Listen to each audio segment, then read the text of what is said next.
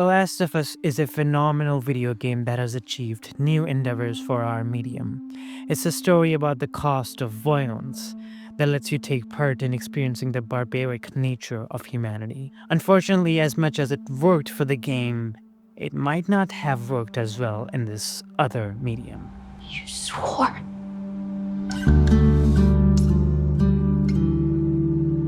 There are some fundamental things wrong with the live-action version of The Last of Us. The first being that it is a video game that relies on music, environmental storytelling, gameplay moments to keep pushing its mature themes until the very last act, in a way that it just isn't possible to do in a television show. Even the creative force behind this game, Neil Druckmann, has said again and again that their aim with this sequel was to create a safe environment for players to experience what it's like to hate someone without giving them any prior opportunity of a fair reasoning. Something that works so well for their game that some people are still angry about it to this day.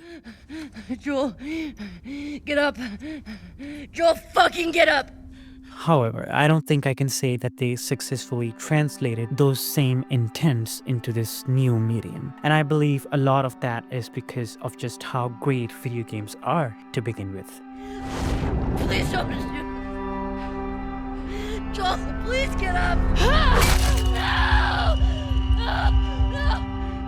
The Last of Us Part 2 arguably takes way more advantage of interactivity than its predecessor. Every major story beat is slowly developed through gameplay until it finally hits home, making each and every single line of dialogue important to the story, which acts as a key to understand the psyche of these characters. The moment you start to control a character, you start to develop some empathy for them. It's natural in video games that we confide in the characters that we play as. We don't need to hear their story or see the reasoning behind their actions so as to understand them. We want Abby to survive this horde of infected after her, simply because we hold the controller of her fate. The show did not have this privilege. It had to show off Abby's motivations to the audience so as the TV audience can develop the empathy that we did as gamers for her through gameplay. Dad!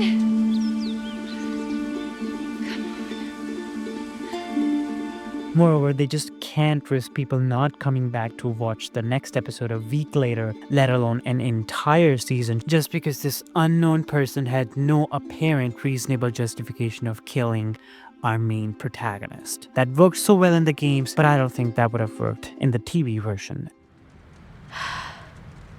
What are we supposed to do now? Nothing. I just need to rest for a second. Are you fucking kidding? How long have you known? I was late a few weeks ago. A few weeks? We could have still turned back. I didn't know. I wasn't sure, okay? I didn't want to be a burden. Well, you're a burden now, aren't you? Holy shit. I'm gonna be a dad. Yeah. Dina's pregnancy reveal and Ellie's hostile reaction is derived through hours of gameplay before day one actually ends. How Dina shares the dream of adopting a cute little thing to take care of once this disastrous revenge quest is over. How Ellie thinks that a sick person is essentially a burden without realizing that she just admitted her feelings about Dina's pregnancy right in her face. All of this makes sense and is done in service of the ending of the day one, which posed a serious question about their safety within the dangers of Seattle.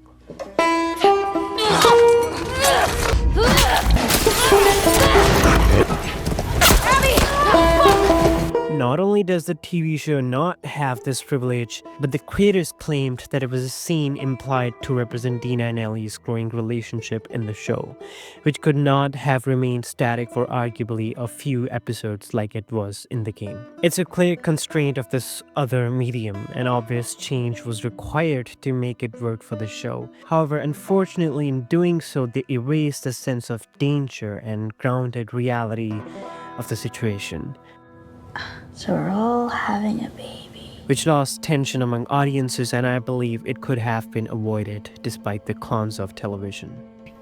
I have to finish it.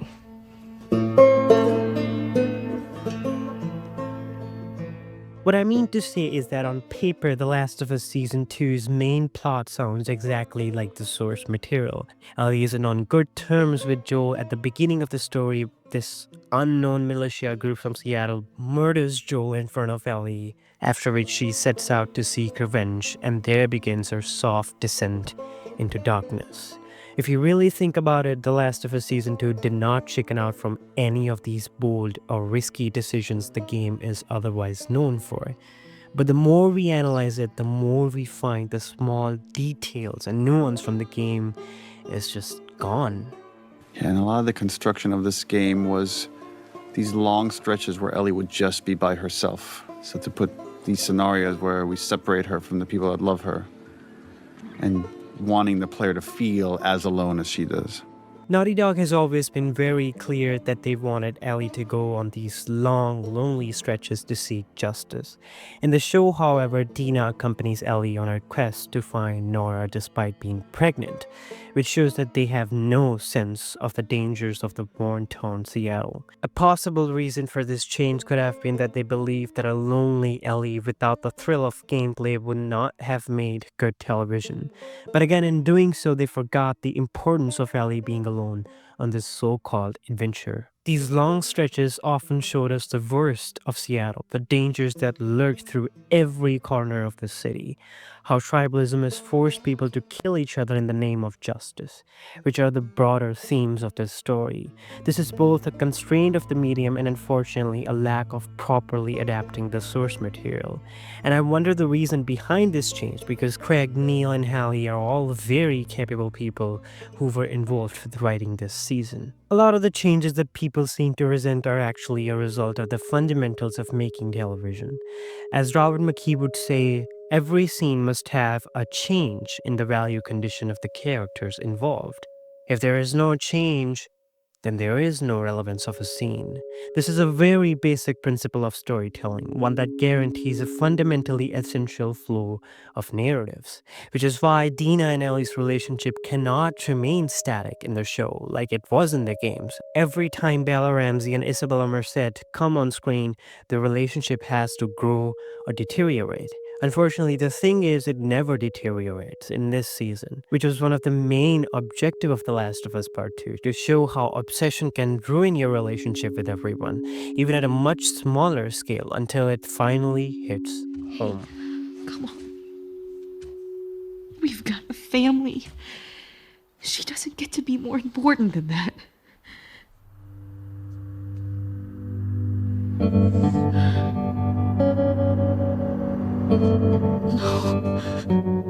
This static problem ruined Season 2 and even made all of us realize that just how much The Last of Us Part 2 was specifically designed to be a video game to begin with.